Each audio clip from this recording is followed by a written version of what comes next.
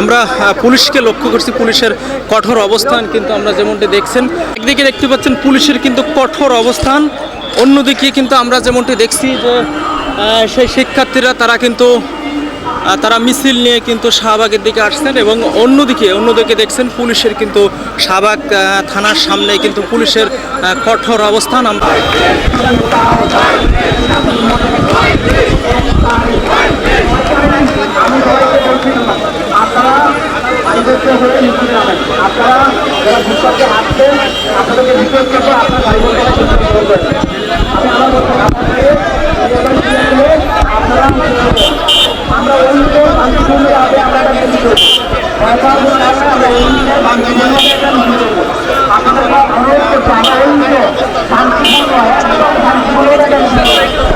তারা কিন্তু বারবারই স্লোগান দিচ্ছেন যে এই তাদের দাবি তাদের মানতে হবে। তারা কিন্তু চাকরিতে যে 30 আছে 30-এর পরিবর্তে কিন্তু 35 চাই বলে যেমনটি তারা বলছেন, বারবারই কিন্তু তারা স্লোগান দিচ্ছেন।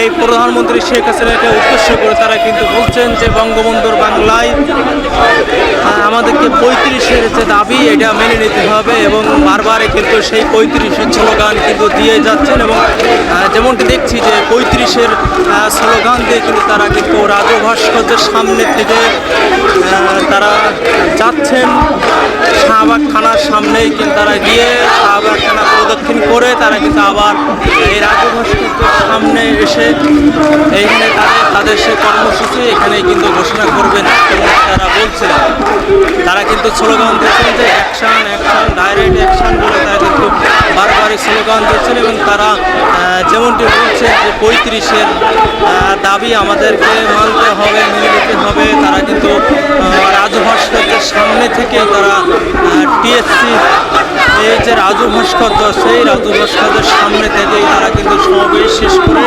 তারা কিন্তু শাহবাগ থানার দিকে যাচ্ছেন। শাহবাগে গিয়ে তারা কিছু সময় অবস্থান করবেন, তারপরেই কিন্তু তারা আবার এই টিএসসিতে আসবেন এবং এখানে এসে সংক্ষিপ্ত সমাবেশ করে এখানে তাদের কর্মসূচি কিন্তু তারা ঘোষণা করবেন বলে যেমনটি তারা বলছেন। আমরা কিছুক্ষণ আগেই দেখেছি তারা তাদের সমাবেশের মাধ্যমে কিন্তু বিভিন্ন শিক্ষার্থীরা যারা 35-এর দাবি শিক্ষার্থী বিভিন্ন ইউনিভার্সিটি থেকে আসা বিভিন্ন কলেজ ইউনিভার্সিটি থেকে আসা শিক্ষার্থীরা তারা কিন্তু তাদের বক্তব্য দিয়েছিল এবং তারা বারবারই কিন্তু 35-এ কিন্তু দাবি চাচ্ছেন এবং 30-এর পরিবর্তে তাদের বয়স স্থায়ীভাবে বৃদ্ধি চায়, অর্থাৎ মানদণ্ড অনুযায়ী যে 35 সেই দাবিতে কিন্তু তারা এই অবস্থান এই কর্মসূচি তারা আমরা দেখছি শত শত শিক্ষার্থীদের মিছিলে কিন্তু তারা টিএসসি তারা দর্শক আমরা একটু শুনি তাদের স্লোগানে কি বলছে।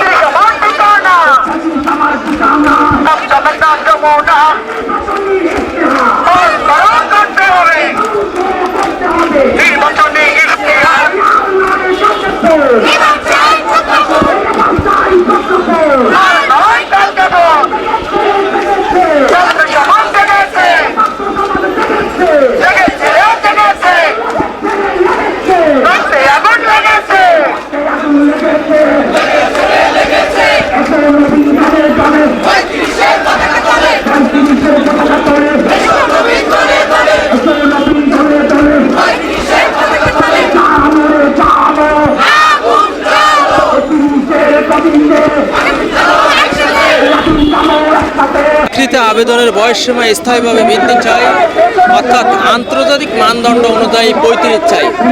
শিক্ষার্থীদের যে সমাবেশ আপনারা নিশ্চয় জানেন, দীর্ঘ কয়েকদিন ধরে তারা যে অনশন অবস্থান কর্মসূচি পালন করছেন, সেই অবস্থানের পরেই কিন্তু তাদের একটি শাহবাগের একটি মিছিল নিয়ে শাহবাগে গিয়েছিলেন। সেই শাহবাগের মিছিলে পুলিশের লাঠিচার্জ এবং পুলিশের লাঠিচার্জ এবং শিক্ষার্থীদের কয়েকজন শিক্ষার্থীদের গ্রেপ্তার করেছিলেন। সেই গ্রেপ্তারের প্রেক্ষিতে তারা কিন্তু আজকে সেই প্রতিবাদ সমাবেশ করেছেন। সমাবেশের পরেই কিন্তু এই রাজু ভাস্কর্যের সামনে থেকেই কিন্তু তারা শাহবাগের দিকে যাচ্ছেন এবং ওখানে গিয়ে শাহবাগ থানা প্রদক্ষিণ করে শাহবাগ থানা ঘুরে আবার কিন্তু রাজু ভাস্কর্যে আসবেন। এসে তারা তাদের কর্মসূচি এখানেই কিন্তু ঘোষণা করবেন বলে যেমনটি জানিয়েছিলেন।